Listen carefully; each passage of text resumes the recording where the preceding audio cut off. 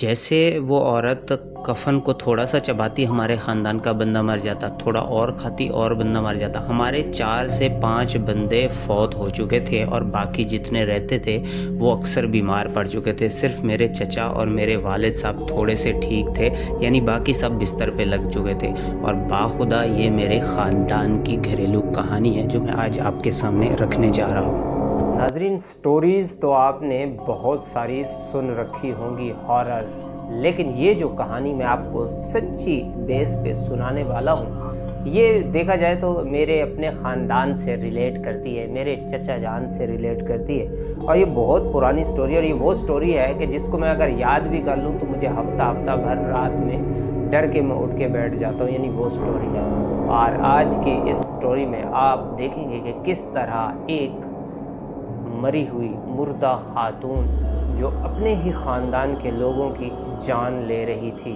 اور اس کے بعد جب اس کی قبر کو کھولا گیا تو ایک چیخ کی آواز آئی۔ کس طرح یہ ساری چیزیں ہوئی، کس طرح ہمارے خاندان میں صرف میرے والد صاحب اور میرے چچا رہ گئے تھے، باقی اکثر لوگ ہمارے 4 سے 5 خاندان کے قریبی لوگ اس خاتون کے ڈیتھ کے بعد اور اللہ کو پیارے ہو چکے تھے، اور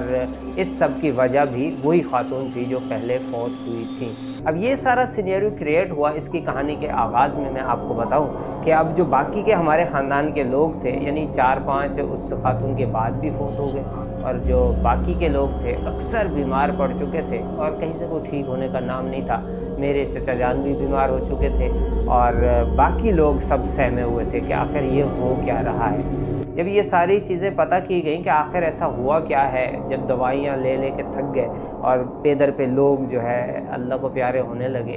تو کسی سمجھدار کے پاس یہ لوگ گئے۔ وہاں جا کے بعض لوگ اس بات کا مذاق بھی اڑاتے ہیں کہ ایسا کہاں ہوتا ہے، لیکن جب گئے تو انہوں نے کہا کہ آپ کا کوئی سب سے پہلے کون فوت ہوا، تو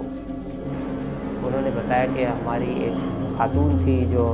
شاید محرم کے دنوں میں کچھ اس طرح سے فوت ہوئی ہے کہ وہ اواروں میں یا اس طرح کا کوئی نام لیا جاتا ہے، اور یہ بتایا گیا کہ آپ لوگ جا کر اس کی قبر کو دیکھیں، اور ہو سکتا ہے کہ شاید وہ زندہ ہوگی، کچھ اس طرح کے خلیے ہوتے ہیں، یہ ایک کہاوت کی طرح لگتا ہے لیکن یہ حقیقت پہ ہے۔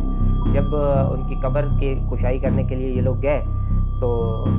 وہاں پر جا کر رات کا ٹائم تھا، کوئی ساتھ جانے کو تیار نہیں ہے، صرف چچا گئے اور ایک اور بندہ ان کے ساتھ ہوا، اور چچا بھی بیمار تھے کافی۔ جب انہوں نے قبر کشائی کی تو جا کے جیسے وہ پورا ہٹایا تو جیسے ہی انہوں نے دیکھا وہ جو خاتون تھی، بیسیکلی اللہ سیدھا ہی لیتا ہو جائے، لیکن ان کا جو کفن تھا وہ اتنا سا رہ گیا تھا، اور وہ یوں کلٹی کرتے کرتے کرتے بالکل یہاں تک آ چکی تھی، اور ان کا جو سر تھا وہ اتنا بڑا ہو چکا تھا۔